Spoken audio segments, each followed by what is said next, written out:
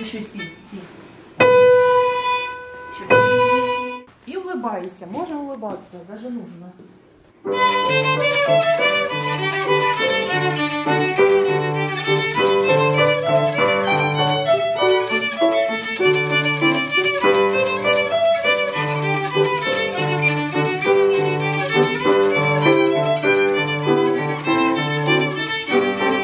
Брала участь у «Наша зоряна весна» і у мене було перше місце. Мені подобається скрипка, тому що вона мелодійна, ніжна та вона королева музики. Мої улюблені мелодії – це безперервний рух. Хочу стати скрипачкою.